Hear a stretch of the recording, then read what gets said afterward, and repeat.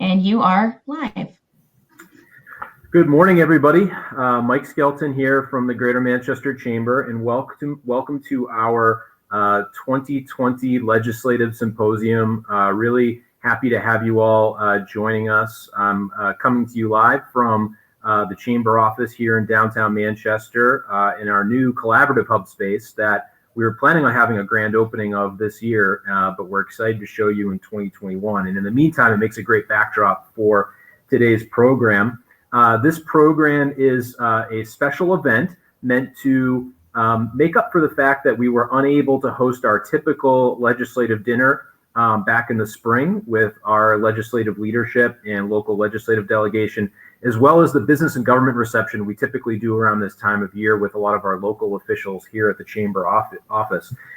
So I want to start by recognizing our sponsors who typically support those events and the Chamber overall. So much of what we do would not be possible without their support. Our advocate sponsors today are Alumni Ventures Group, Doubletree by Hilton Manchester Downtown, Fidelity Investments, Comcast Business, Dartmouth Hitchcock Health. Our season sponsors are Harvard Pilgrim Healthcare and TF Moran.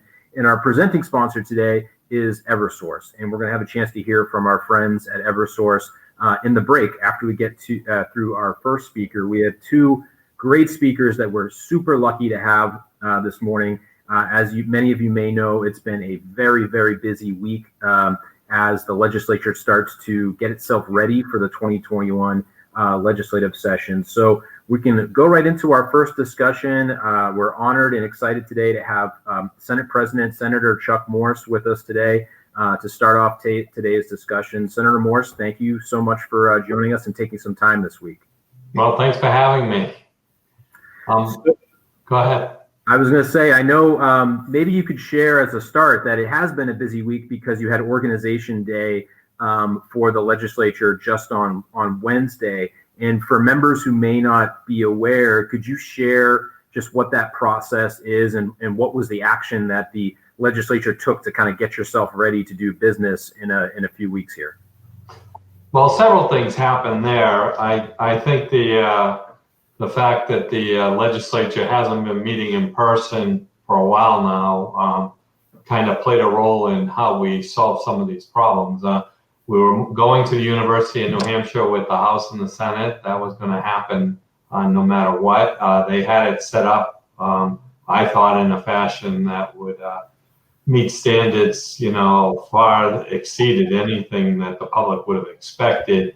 Having said that, I think towards the weekend, we realized that, COVID's becoming a little stronger in New Hampshire, and we ought to look at this and do something a little bit better. And that's when we decided we'd move that day outside. And moving it outside, I can tell you the university system responded in a great way. So did the staff at the House and Senate. So they did a great job, and we pulled it all off. I mean, all 24 senators showed up wearing something very warm, and we got through the process, and it worked out perfect. We got sworn in on Wednesday, and we're back at the State House on Thursday morning. So first, I want to remind everybody in the audience, as I have a few start-off questions here. If you have any questions, you can drop them into the chat. There's also an Ask a Question feature down the bottom of your screen. And please, we'll try and get to as many questions as we can here in the time that we have, Senator Morse. Obviously, Senator, the impact of COVID-19 has been the overriding issue in all of our lives, and certainly from a policy standpoint as well, something we're considering going forward. Before I get to kind of priorities for the upcoming session and how COVID may impact that, what has been your perspective as a policymaker and now Senate President in terms of how the state has responded to COVID-19, and what do you think has gone well? What do you think we need to be doing better at, and how we should factor that in going forward? Yeah, well, there's two things that I think are very important. One is that we protect the public, and two, that we keep the economy going.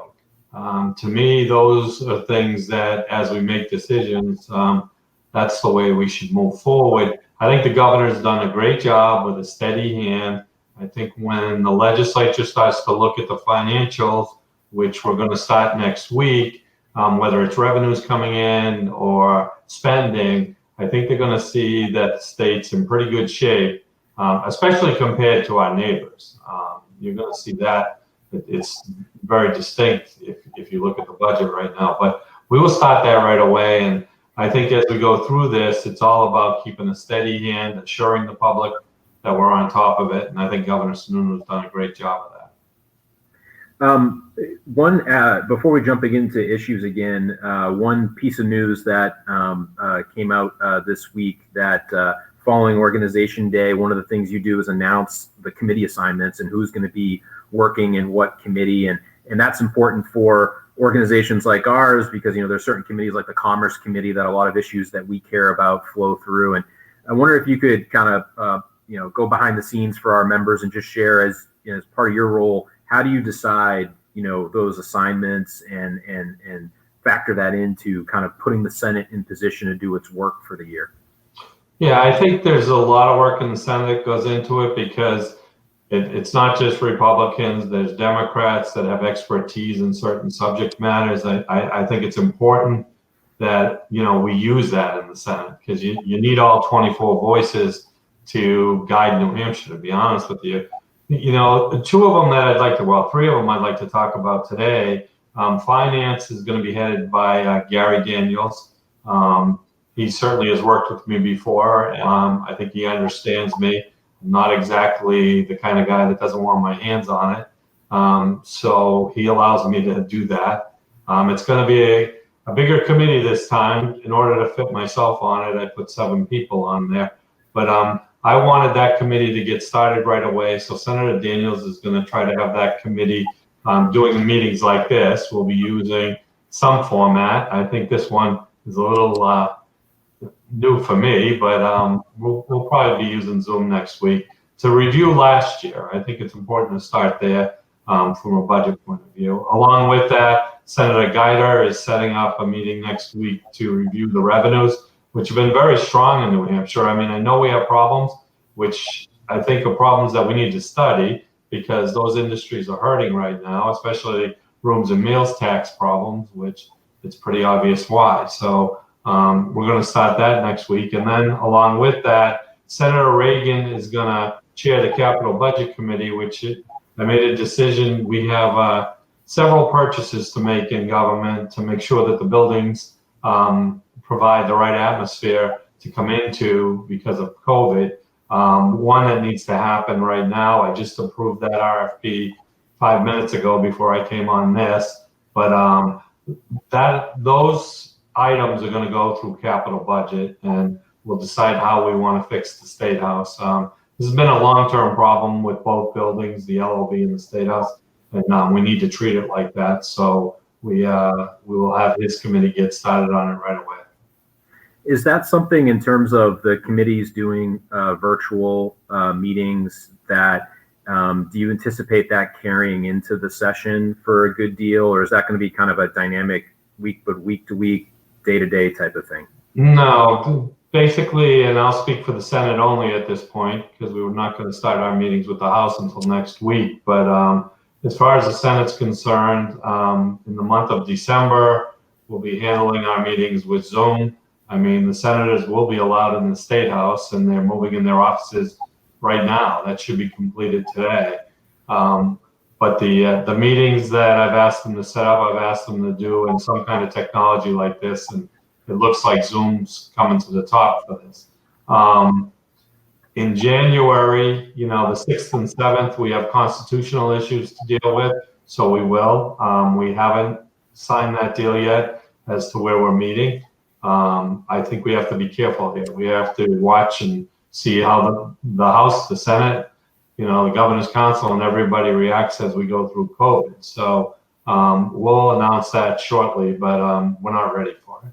But right after that, I think you'll see the finance teams, if we can get the equipment that we're looking for in the State House. The Senate plans on using Senate chambers for the finance meetings, whether it's Ways and Means or Finance and Capital Budget.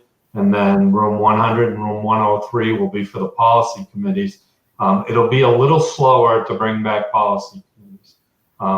That's why the Senate is looking the closing of our filing periods on December 15th, the 16th, 17th, and 18th, which the Senate President Susi at the time and I had agreed, put a bipartisan rules committee together, which we are. There's 4 people on it. That's what we named on Wednesday, to go over the legislation and see if like issues can be combined into legislation, like naming bills. If we have 10 naming bills, can we put them all in to the same piece of legislation, make sure the senators get credit for their legislation, but also have the hearings all on one day? They're working on that on the 16th, 17th, and 18th, and then they will go to a public rules meeting on the 21st to take a vote on what they did. But hopefully we can keep the legislation to a number we could get through this process. Right. That's actually a really encouraging, development that I think all of us in business or in our communities, COVID has forced us to do things differently. And some of those things that we've come up with and way to do business are probably going to stick around because they ended up being more efficient. So it'll be interesting to see how that works out. We had a question that is kind of related to this, is that as the Senate moves forward, I know you can only speak for the Senate because the House has their own approach, but if there are virtual, meetings, I imagine that having the ability for the public to still participate in those is a priority, and that there's obviously constitutional rules behind that, and our legislature has always been incredibly accessible to the public to be able to observe, but also participate and offer testimony and be part of those work sessions as they're taking place.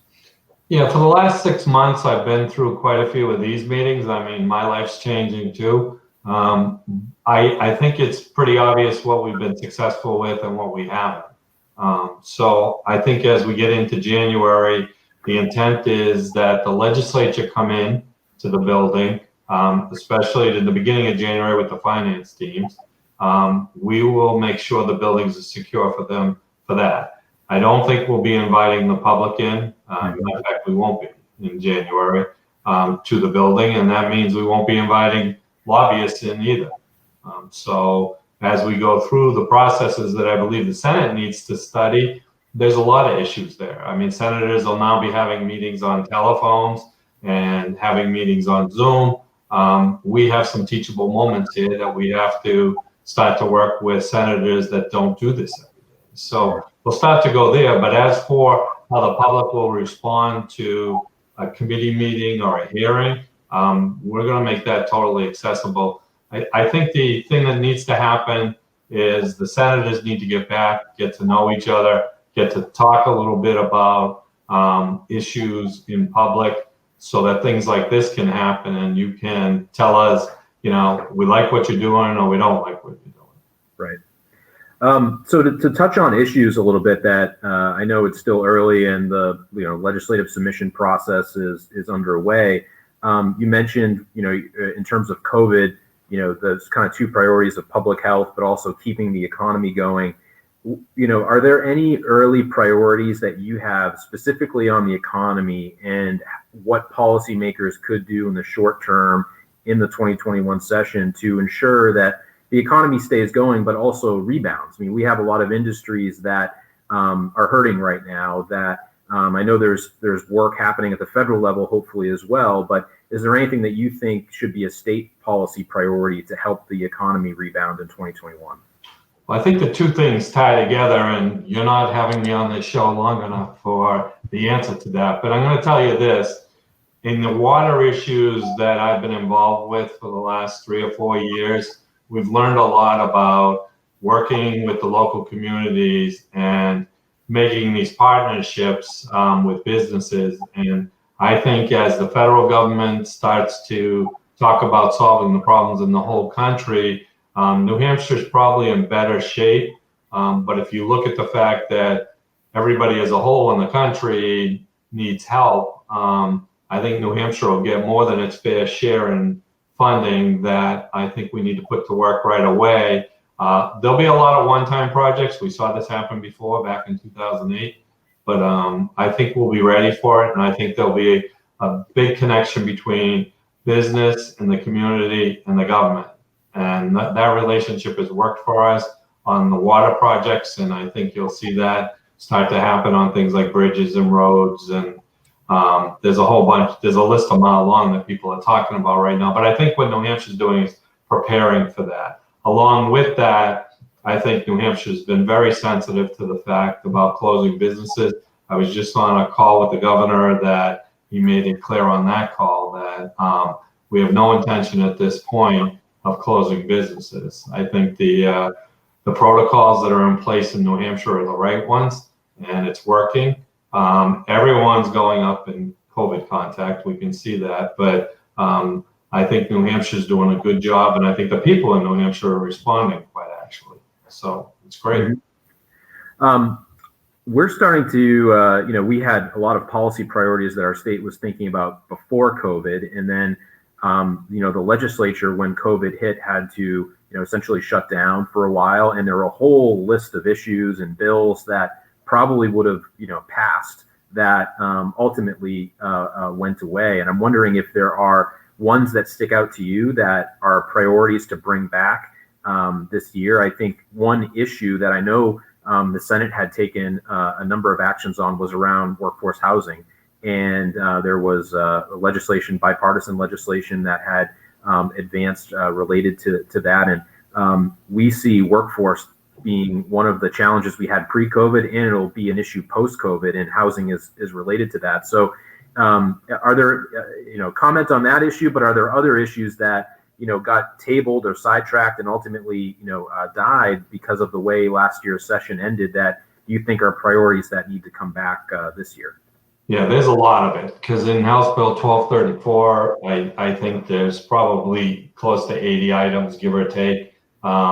Most of those items we all agreed on. So all of that will come back fairly quick, to be honest with you. We're working on that, and some of those will come back in that combination factor because there was a lot of positive stuff in there. The debatable stuff about how to accomplish Laconia, that project that's up there, we're going to have to bring it back in separate legislation and work on it, but we'll do that. I think you touched on something, though, that it is, if the federal government's going to come into New Hampshire with funds, I think we ought to be prepared, and we are going to look at housing together with you, quite honestly. I think what you're going to see there is how can we create relationships with businesses that, we've had a lot of prepayments on taxes, maybe, and a lot of that money sitting there. Maybe we can work with businesses as we work with Washington to put some of that money to good use in New Hampshire right now. Along with that, the chambers are going to have to work with their local communities to make sure we can perform this, because density seems to be an issue coming up everywhere I go to make things affordable. So we're going to have to start talking about things like that. Concord's not going to be the answer to everything. So I'm not going down to my local town of Salem and telling them what to do, because that's not going to happen. But I certainly believe we can help participate and encourage businesses that are a little more fortunate right now. We've got some pretty big ones in New Hampshire, and there's probably 50 of them that have prepaid taxes, and we're wondering if we can put that to work. So we'll start to look at that. Great. Well, Senator Morse, you've been very gracious with your time during a extremely busy week with us. So really appreciate you joining us, and hopefully at some point in 2021 we'll be able to bring you back to maybe an in-person meeting, but if not, something like this again. We always appreciate your willingness to come and speak to our members, and thank you for the work you're doing, and best of luck with the session coming up. Thank you very much. I look forward to coming back in person, actually. So thank you. Thanks, Senator. So next, we're going to welcome Donna Gamache from Eversource, who is our presenting sponsor today, to say a few words. Donna is a chamber board member as well as a longtime member of our Government Affairs Committee, and really fortunate to have Eversource continue as a sponsor of events like this. So Donna, good morning. Thanks for being here today and for your support. Great. Thank you, Mike. Good morning. And congratulations to all, both new and returning elected officials who are already beginning to serve their constituents, local communities, and the state as a whole under very unique circumstances. And thank you to the Manchester Chamber, to Mike and the whole team for hosting today's symposium. The Chamber, as you all are aware, is a very key public policy partner as it ensures greater communication between its membership and the legislature to ensure that the key messages that its memberships are embracing get to the legislature. Eversource is very proud to sponsor today's event, and as the legislature begins the difficult task of working on critical solutions for the state, please know that we at Eversource are also working on critical energy solutions. Whether it be moving forward with clean, lower cost energy efficiency solutions to assist in lowering bills, or through our ramp up of modernizing the grid to ensure that there are less interruptions, and at the very same time, when there are outages, having the power turned back on quicker than ever before, thanks to the addition of new technology that we are putting on the system as we speak. I look forward to seeing Senators Morse and Soucy and all legislators in person soon, hopefully. In the meantime, on behalf of the nearly 2,000 Eversource employees around this beautiful state, we wish you well as you embark on the tasks that await you in the 2021 session. Thank you very much.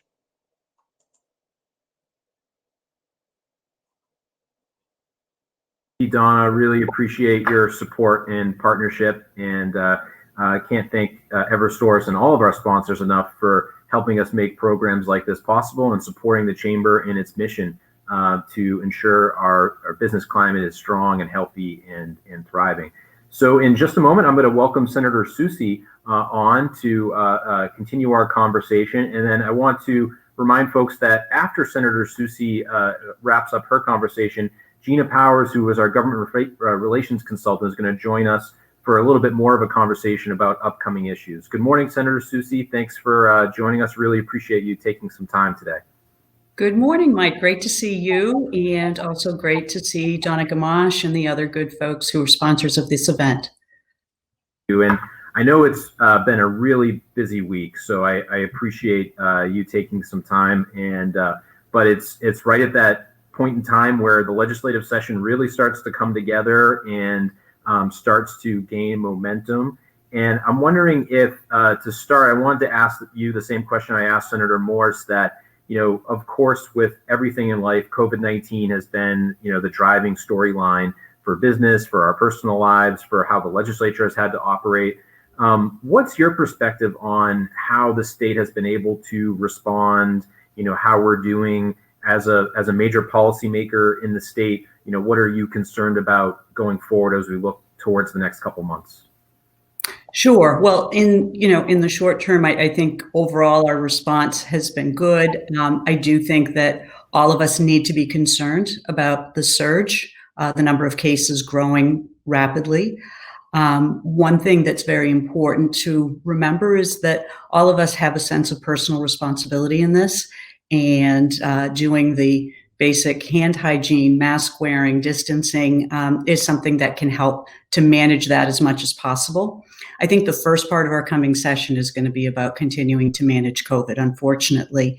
But the light at the end of the tunnel, I think, is that vaccines are going to be on the way.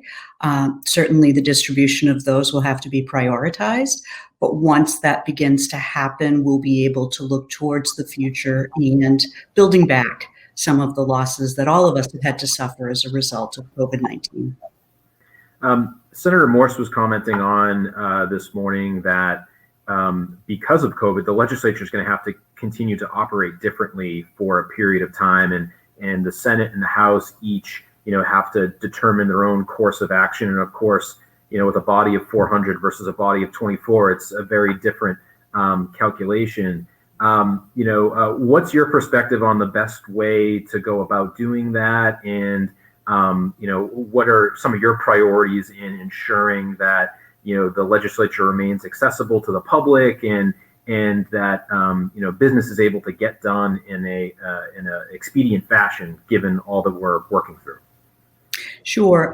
Certainly, I was listening to Senator Morse as he was speaking earlier, and we have worked very well together. We collaborate well together. disagree from time to time on issues, as you would expect. But in terms of the process and in terms of ensuring the safety of our members and the adequacy of the opportunities for the public to engage in our legislative process, I think we're in complete agreement. We are going to continue to keep the building closed off to the public. I am in my State House office right now, and staff is starting to come back into the building. But we are going to use means such as what we're using right now, whether it be Zoom or other mediums, to participate. And in some respects, I think it will allow greater participation of the public. It probably won't allow for those moments where people catch up in the hallway, running back and forth to a hearing. Those are going to have to be more intentional and more direct. But I certainly believe the process that we started at the end of last session and what we will use moving forward will allow not only the usual access the public had, but I think even greater access to watch what is going on and to participate fully in the decision-making that we are going to engage in. Yeah, we were saying this morning, and when I was speaking to Senator Morse, that, I think every business and organization due to COVID has had to change the way they operate. And that has led us to discover new ways of doing business that might end up just being better, period, that you continue going forward. And I was really excited to hear the idea of potentially combining legislation to create more efficiency on certain things. And I think you're right that virtual hearings would increase public engagement. I think we're all familiar with the experience, you more so than any member of the public, of those hearings that get scheduled for 30 minutes that end up taking 5 hours, and how that often can limit members from the public from being able to participate. So I would put a plug in for this is an interesting test period where there may be a lot of things the Senate and the legislature can adopt as permanent offerings going forward. So I hope there's perhaps a willingness to think that way down the road. Yes, I think that even if we get back to a point, or when we get back to a point where we are meeting in person, always having this type of a component available so that someone sitting at their desk doesn't have to drive 2 hours or an hour back and forth will certainly be an important component. In terms of merging the legislation, that was something that I had actually worked on with the Senate President and with Senator Bradley last session. And we did a significant amount of work to try to save a lot of legislation. And we're going to use those same techniques to just better manage our time so that we are devoting it to the most important needs of the citizens of New Hampshire. So that's a good segue to kind of your perspective on what are those needs bearing down on us in the 2021 session, and from a policy perspective, what do you see as the key priorities that you would like to advance, whether it's directly related to the response to COVID or some of the other impacts of COVID, whether it's in the public health sector, the business sector, that the legislature should take action on to try to help our state's response and recovery? Sure. I think this session is going to be a two-part session. I think the first year, obviously, is when we deal with the budget, but we'll still be dealing with the impacts of COVID-19, and we will still be trying to manage through that. The second year, I'm very hopeful that we will be working on building back. And by that, I mean, I think we've learned a lot of important lessons. I think COVID-19 has sort of highlighted what some of the problems we knew always existed. So there'll certainly be a focus on continuing the balance of ensuring public health safety, but also managing the economy in a way that allows people to get back on their feet, particularly those that have been most adversely impacted. Certainly broadband is a piece of that. It's been very important for students trying to learn. It's important for businesses trying to continue. It's very important in the area of healthcare. Telemedicine has saved a lot of people at this time, and it's something we had been struggling to really implement for years, and I think this will be an important launching to allow for more use of telemedicine and telehealth. We're going to have to continue, I think, to focus on the needs of the communities that have struggled in particular. You touched before on the issue of housing. Homelessness is a problem across our state, but the cost of housing and the availability of affordable housing is something we are going to continue to work on. we're going to continue to work on tax reforms. We had a bill in the Senate that was a wonderful piece of legislation Senator Deach had sponsored to increase the minimum gross business income required for filing a business tax return from $50,000 to $75,000.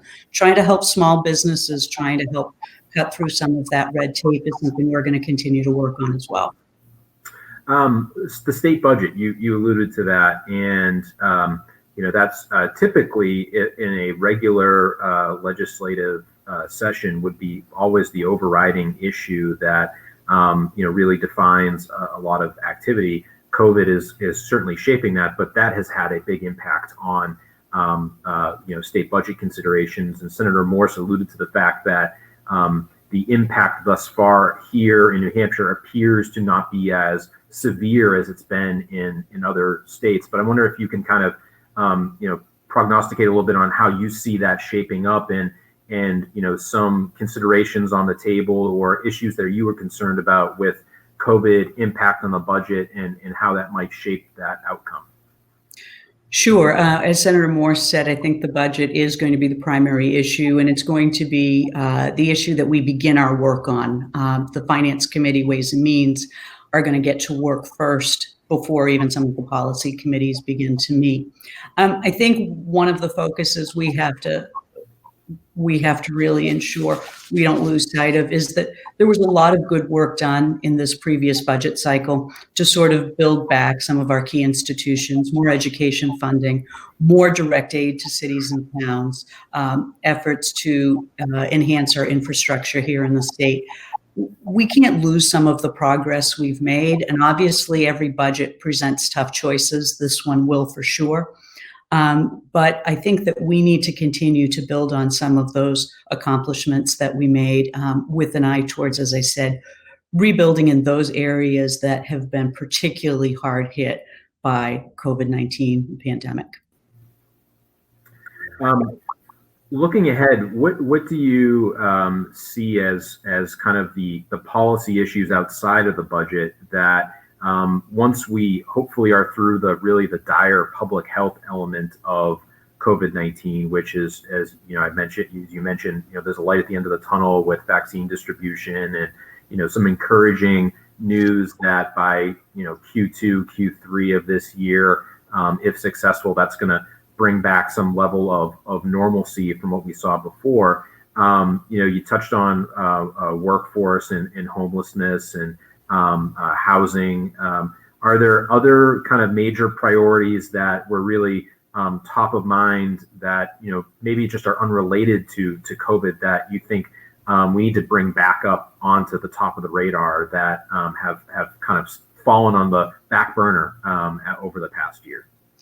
Well, I think there are many issues that relate to workforce that, as I said, COVID helped us to see in a little different way. I mean, we're going to continue to focus on healthcare and ensuring that our systems for quality healthcare are in place and that we're supporting those that have been greatly impacted. Certainly looking at issues that allow people to get back to work. Childcare is a very important issue in this state, and it's something that's really here in New Hampshire, particularly been a tough issue because of, number one, the high cost, but two, the lack of access to childcare. And with the changes due to COVID in the workforce, we're going to need to shore up those systems to make sure people can get back to work.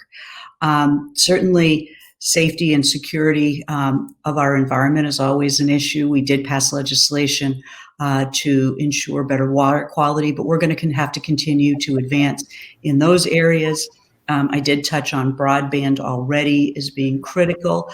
There are some critical issues with law enforcement and with racial relations. The Governor's Commission had a number of recommendations to improve practices of law enforcement and to be more mindful of racial inequities that exist in our system. I think those recommendations are ripe for enactment into legislation, and those are things that we're going to, I think, have time to do very quickly in this legislative session. Something else that's pending right now, there's news almost daily about, it appears in Congress that the House and Senate are moving closer to some sort of bipartisan agreement on another relief package. And I know you've been very involved through representing, serving as a legislator on the Gopher Committee and the state's handling of those funds. What do you see as some, from your perspective, the priorities you would like to see advance in a package like that? And what's worked well from that, and how can that, hopefully some of those funds aid in the recovery that we've been speaking about? I think the key thing would be to ensure a quicker, the passage and then a quicker distribution of the funds. A lot of the funds, because the package came out so fast and there was so much to it, there weren't sort of the guardrails that you would typically expect. So we ended up with a lot of questions as to how money should get out. And there were certainly differences of opinion. I would just hope that whatever funds come back, the distribution is quick. I hope it would be prioritized to our hospitals, for one. Certainly the hospitals in our major cities have taken the brunt of the number of COVID cases they've handled. And yet at the same time, the way the federal government has distributed funds, they've come up short time after time. So that's a really important priority.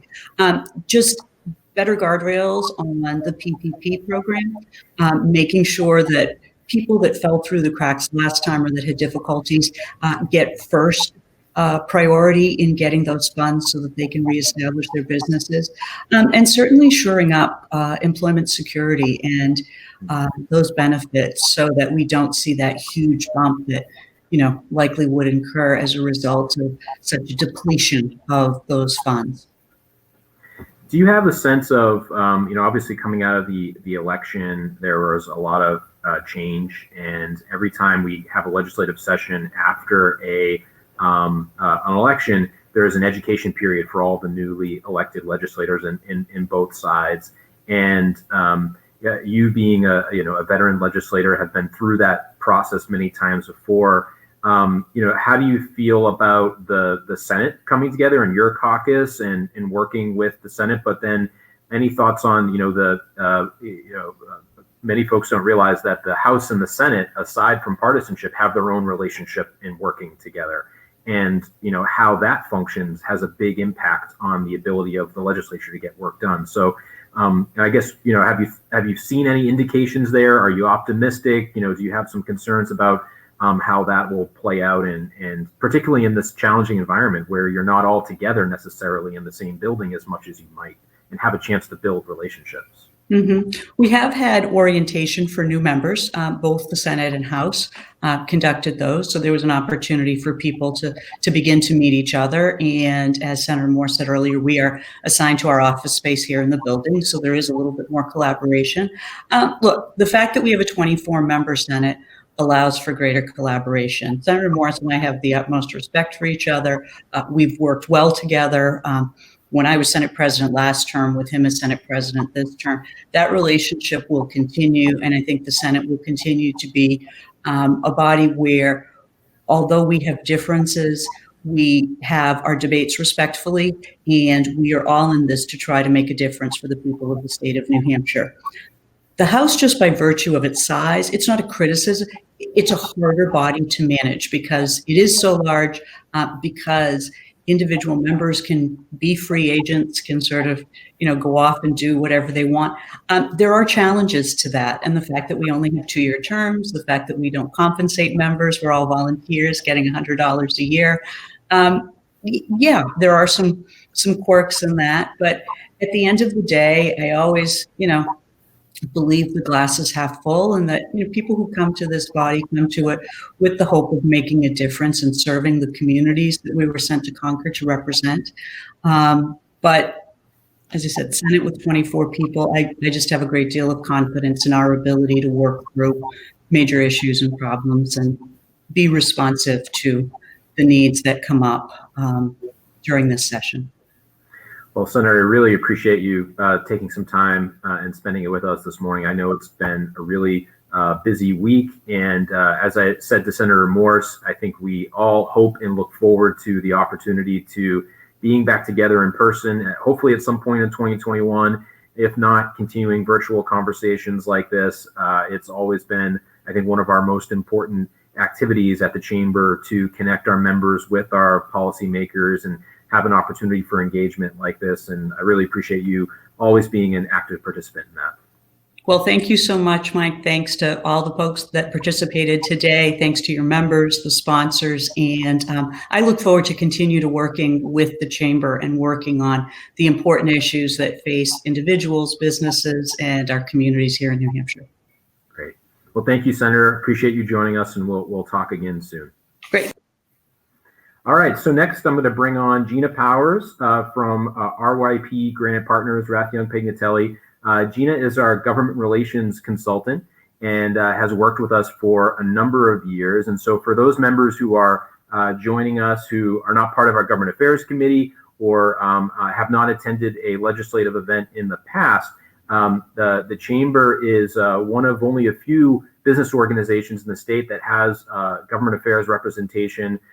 Gina works with our organization throughout the entire year, but certainly at a heightened level during legislative session to look at legislative issues and work with our Government Affairs Committee and Board of Directors to implement advocacy strategies. So we wanted to wrap up today's conversation with a little chat with Gina to share some of her perspective on what she's hearing and seeing as the legislative session starts to come together. And Gina is constantly talking to legislators like Senator Morse and Senator Soucy and others to hear their concerns and issues and what's coming down the road. So, Gina, maybe a good place to start is, as I mentioned to both Senator Morse and Soucy, we just had Organization Day this week, and that's that point where the legislature comes together, they get sworn in, committee assignments are formed.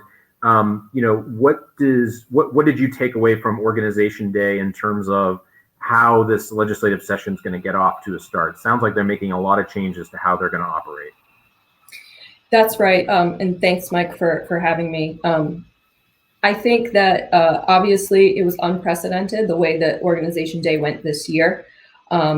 Being outside at UNH is obviously something in the 250-year history just hasn't happened. It's going to be interesting to see how things end up working out, especially with the House. Senator Soucy alluded to the fact that the House is a more challenging body, mostly because there are a lot of folks that, in general, the population or the number of folks that are in the House is 400 compared to 24-member Senate.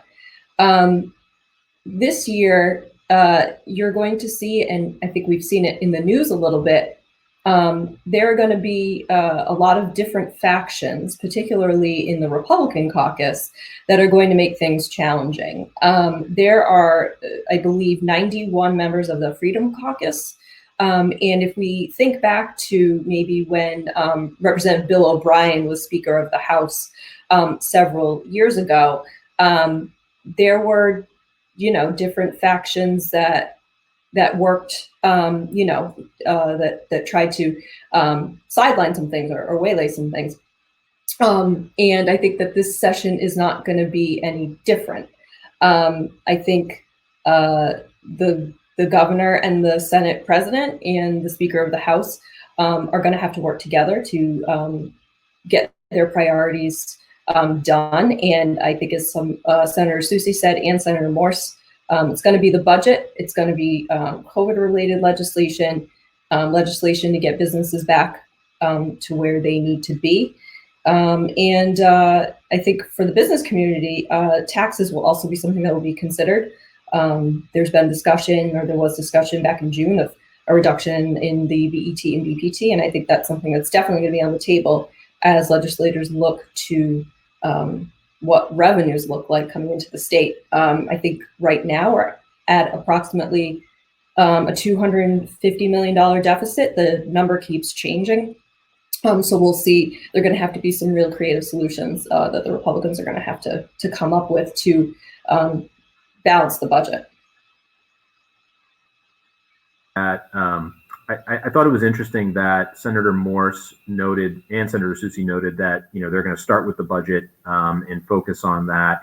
and that policy committees are essentially going to be sidelined to start while they focus on that. And I think it's a recognition of something you're well aware of, that as a 24-member body, the Senate, it's pretty amazing that they have to do the same amount of work that the House does in terms of volume of legislation, and the House has 400 people, so that they were looking at combining a lot of legislation as a way to streamline things. And I'm wondering if you have a sense of how, it sounds like the pace of activity for this session, at least to start, is going to be very different than what we've experienced in the past. And that, for the business community, for example, for the chamber, we're used to being able to monitor multiple hearings on key issues, but there might be a lot of issues dumped into one legislative vehicle that all gets heard and acted on in a short period of time. So probably a lot more vigilance, I guess, in terms of tracking issues, particularly those that impact businesses, because they're going to try and act on more things at once, at least to start. Is that your sense of how they might approach things? Yeah, and I think the devil's still in the details for both bodies. As Senator Morse described, there is a committee a bipartisan committee that is going to meet in the Senate to put similar proposals together in omnibus bills, just like they did back in June, when they were trying to get priorities passed in this crazy session that was waylaid midway through, and everyone went remote. But again, the House is still trying to decide how they are going to conduct their hearings. The House the other day during Organization Day failed to pass an amendment to their rules that would allow for virtual hearings. That's something that is obviously, I think, going to be revisited. It can be revisited. And so as COVID continues, we will see what happens there. But I think they need to figure out what they're going to do. You can't be on 7 Zooms at one time if the House decides that they're not going to go the omnibus route that the Senate is. So I think that the pace will be different, but vigilance on the omnibus bills is probably going to be a little easier as far as number of hearings. It worked fairly well back in June when priorities were established and omnibus bills were created. I think it will work, but it's a brand new world for everybody. And I think there are going to be some growing pains, if you will, and as they try to figure things out. Yeah. One, I think, related topic is how this impacts the legislature's ability to do business in the long term. And, are there some good ideas that come out of this that stick around? And both Senator Morse and Senator Soucy talked about the virtual hearings. And I think Senator Soucy mentioned that may allow for more participation. I would certainly agree with that. And maybe you could speak to, for chamber members who aren't aware of like how you do your job. A lobbyist like yourself spend pretty much all day at the State House or the Legislative Office building when it's in session, going from hearing to hearing, and hearings could be scheduled for a half an hour that might take 5, 6, 7 hours. And for members of the public, it's extremely challenging that if I'm going to a hearing that's scheduled at 10:30 a.m. because I'd like to testify, and you aren't recognized to speak until 3 p.m. That shuts out the ability for a lot of people to participate. So I'm wondering, one, how you see this impacting the job of someone like yourself who's working with partners like the chamber and other clients to stay on top of the legislative session. And has there been discussion in kind of your networks about, long term, could this make the accessibility better so that for regular citizens or organizations, we can engage a little bit more effectively without sinking what seems like hours into waiting, a lot of waiting around during legislative hearings. I think, as Senator Soucy indicated, this is going to be something that I think is going to stay around for a while. I think access is never a bad thing. And I think that allowing people to follow along online and to participate in the process will allow for different ideas to come forward and for more voices to be heard. And I don't think that that's necessarily a bad thing at all. You know, as far as, you know, my job is concerned, I think that, or my job and as well as the legislator's job are concerned, I think that it's going to be a little different, but I think we're going to be continuously in contact with folks, just like the public can be. I mean, we all, New Hampshire has a very interesting legislature in that public access to your legislators is something that's really great, and it's something that you can do. So whether it's be on the phone with your legislator or email your legislator, I think this will just allow for the public to have a little bit more access to a process where it's pretty easy to get involved with legislative hearings and such as people do now. Yeah, and I think, again, for folks who have joined us today, chamber members who perhaps don't follow the legislative process as closely as others, you know, your point that New Hampshire is different is an important one, in that in our state, every bill that's filed gets a hearing and gets a vote in committee, a vote on the floor. So that will remain, and that transparency will continue, which affords a great opportunity for people to get involved. Whereas in many other state legislatures, it's up to leadership, the leadership like Senator Soucy's and Senator Morse's of other states, to determine, you know, what gets brought onto the table for consideration. So could you share a little bit for folks who want to follow along on this? You know, there's what are the things that you look at on the state website, the state legislative website, in terms of keeping up with activity, and, you know, some advice for people on how to follow along, how to get involved, of course, aside from staying in touch with the chamber and communicating with us on, and reading Gina's weekly email on recapping all the legislative activity. Yeah, I think that's some good points there, Mike. I think the transparency that New Hampshire has is a great thing, but it cuts both ways. Because now we're in a situation where legislation's not being limited, or the number of bills aren't being limited that are being filed. And in a pandemic, when you're only doing virtual hearings for the time being, it gets a little concerning. The pace and the number of bills, it's going to be hard to manage. So like I said, it cuts both ways.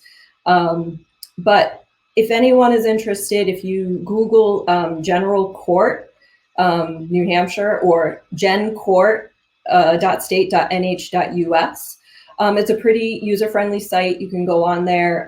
There are separate links for the House of Representatives, for the Senate, and from there, you can find out who your legislators are. You can find out when there are bill hearings.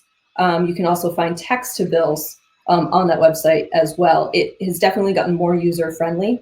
In the past few years, they just recently redid the website, and there's a plethora of information there that can help you. And I anticipate that they will be linking the Zoom hearings that will be upcoming right on the front page of the General Court website. So if you know a hearing is going to be on a certain day, you can, it'll pop right up on the front page, and you guys should be golden to follow along as you would like. And those are, I'm sure that type of information is something we'll include in our weekly recaps that Gina and her team help us put out at the chamber starting in usually January. And we just linked to that website in the chat if folks want to check that out. A couple of questions, audience questions to get to. An education question, Gina. Lawmakers meeting at UNH was especially interesting, seeing as New Hampshire has some of the lowest education funding in the country at all levels, and public support for education is key to business to attracting and retaining young talent. The question is, what can the greater Manchester community do to support public public education funding in particular, young workers and families. I guess, do you see education funding as being an issue that is going to get some attention this session? And I know there was a legislative commission that actually just released a series of pretty important recommendations, and whether that'll get any traction or action this session.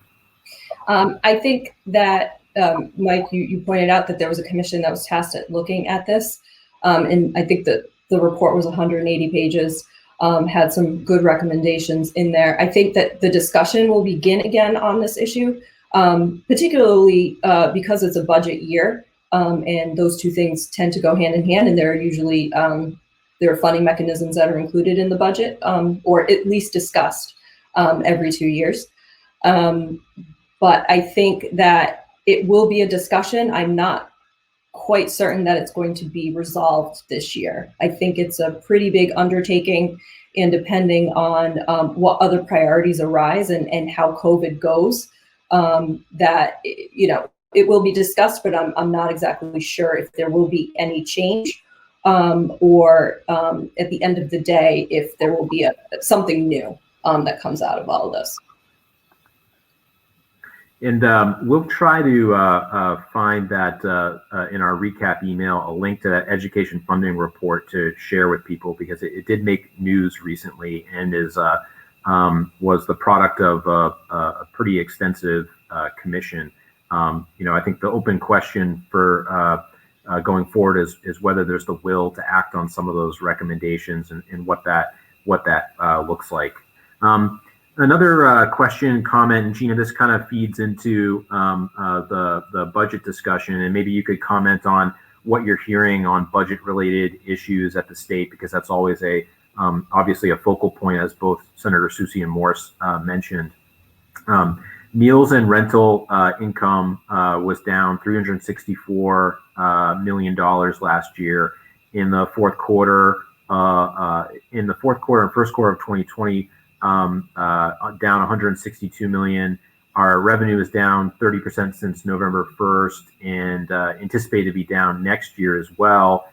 So obviously, you know, the question is that with the dramatic impact on the dining and hospitality sector, our rooms and meals tax revenue is a major driver of state revenue, and that's going to be impacting the budget situation.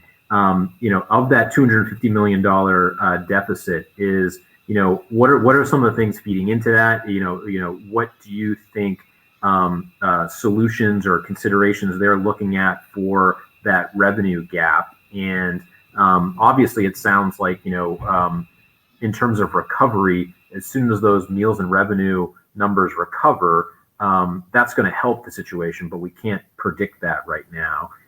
So have you heard from legislators or from other folks in the GR circle, just how that, you know, obviously the Senate majority and minority and the House, the Democrats and Republicans are going to have different solutions that they would want to bring to that type of problem, but how do you think that'll play out?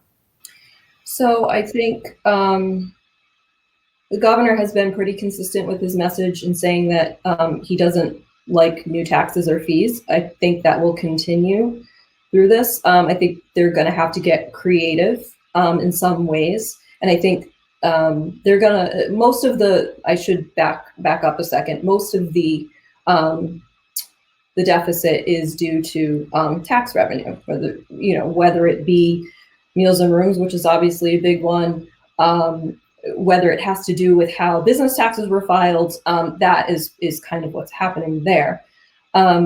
I think the governor has made a case, or has indicated that he would be very interested in looking at reducing the meals and rooms tax in order to help businesses out. But then I think also he thinks that it could possibly lead to additional revenue that will come into the state in meals and rooms.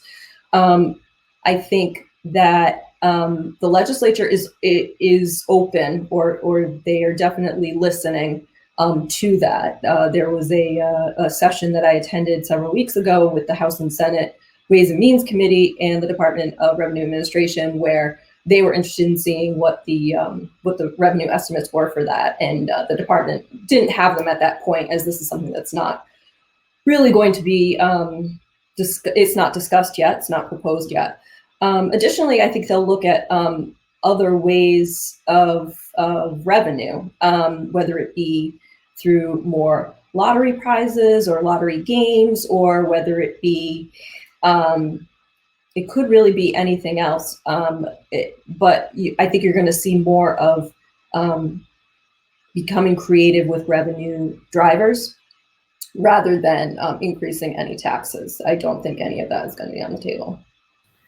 And I think for folks who are interested in this topic, maybe you could comment on a $250 million deficit is a pretty significant deficit, and that, you know, the last couple of state budget cycles, you know, to cut that amount from the budget, you know, would result in some pretty significant impacts in a variety of services, depending on which direction the legislature would want to go. So I guess the main question is, from your perspective, in knowing how legislators look at a problem like that, this is not as simple as, you know, the budget's pretty lean as is. There's not a lot of obvious areas where they could reduce spending to close that type of gap, which is motivating to look at what are the revenue drivers we can put on the table. Yeah, that's a great point, Mike. New Hampshire is always lean, but I think, unfortunately, cuts are going to be looked at. And obviously, we've learned from years past that those cuts might come from Health and Human Services. That's the biggest agency in the entire budget. So most of the time, that's where budget writers look when they want to cut revenue. I think there's also a good opportunity, or the governor has at least discussed using some of the rainy day fund. I think there's over $100 million in that. He doesn't want to use the whole thing. He wants to work. He and Senator Morse, I believe, want to work on increasing the money that goes into the rainy day fund. But there's been a discussion that could be another place where people will look, so that we can get this deficit tidied up, I guess. And $250 million in deficit is definitely not anywhere near during the Great Recession. New Hampshire had pretty significant deficits that they overcame. Obviously, there were cuts to a lot of important programs, and the state had to look at things a little more creatively. So it's not, I don't think it's as dire as it has been in the recent past or recent history. And I think that hopefully they can figure out how to do it with the least amount of damage possible. We should mention too that it's still a moving target, but the congressional relief package that Congress is discussing right now, at least the bipartisan framework that was released, had, I think, $150 billion in aid to states. We don't know what New Hampshire's proportional share of that would be. There's obviously a significant amount of need from state governments all over the country, but anything like that would come through, or the ability to reclassify CARES Act dollars that have been allocated someplace, although the state's exhausted most of that, could change this equation. So we'll have to take that into account. Right. I mean, we had seen in the past few months, Governor Sununu had said that, if he could use some of the CARES Act funding, he was going to try to, as far as cities and towns were concerned. Unfortunately, in the first package, that wasn't allowed. But I think our delegation, I know, and I'm sure folks in Congress across the country have heard from constituents or from their states that type of funding is needed. And I think that they're going to have to do something in order to get additional funding down to cities and towns and states too. Gina, one last question that just came in that I think is an interesting one is whether state lawmakers have a role in helping businesses, nonprofits, and the community prepare for major disruptions like a pandemic or climate change in the future. And do you see lawmakers working on this at all? I think this is an interesting question in that, we have a emergency preparedness function in our state government that primarily up until this point, the most common thing they were responding to were power outages or floods or something of that nature. In response to COVID-19, the governor's office, set up the Gopher apparatus, which is see if I can get this acronym right, the Governor's Office of Emergency Relief and Response. I think might have nailed that. I'm not sure. But, that committee has been working for months and has, several elements to it. So, do you think that there potentially will be, perhaps some sort of commission that will look at the state's response, after action report and figure out how does state government change to be in a better position to respond to these things in the future?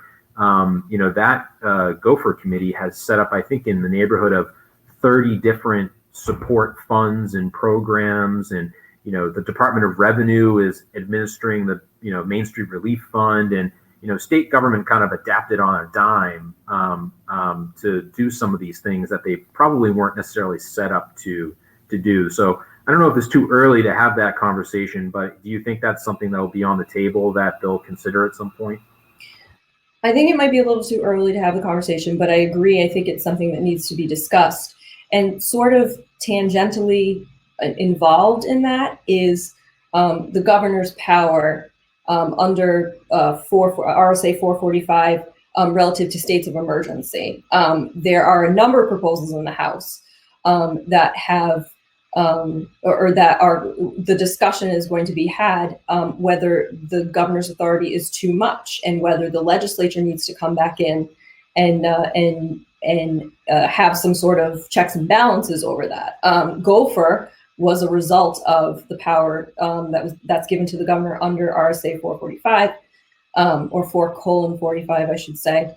And the legislature sued him because the money at the beginning, before Gopher was established, CARES Act funding ended up going out basically by, executive order, if you want to call it that.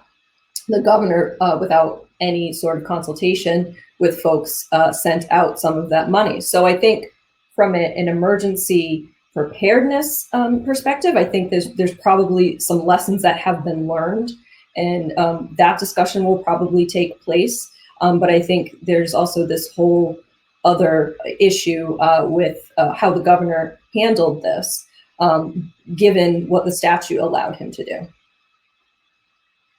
I think that's a really important point, and that probably the chamber, and I would encourage every organization, business, and citizen to as that discussion takes place in the legislature to think about, because certainly we live in a live free or die state. We have an incredible tradition and respect for local control and also balanced government.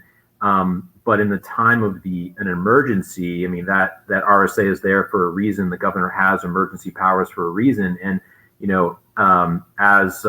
the chamber worked with the state quite a bit in the early days of the pandemic response. And I'm just trying to envision, if the governor wasn't empowered to make some of those decisions that he made, whether they ended up being right or wrong or imperfect, if the legislature had to deliberate and try to make some of those decisions, it could have had far-reaching ramifications for our ability to respond to something like a pandemic that changed day by day, and information and our understanding of it changed day by day. So I think that's a really interesting issue that we should keep on our agenda, that whether it's a pandemic or some sort of other emergency in the future, it's a policy issue of, do we want our chief executive to have the ability to respond to it? And, we may not like some of the decisions in the short term, but would you rather have their decisions be made rather than no decisions at all, given the ability of the legislature to work in a fast-paced environment like that?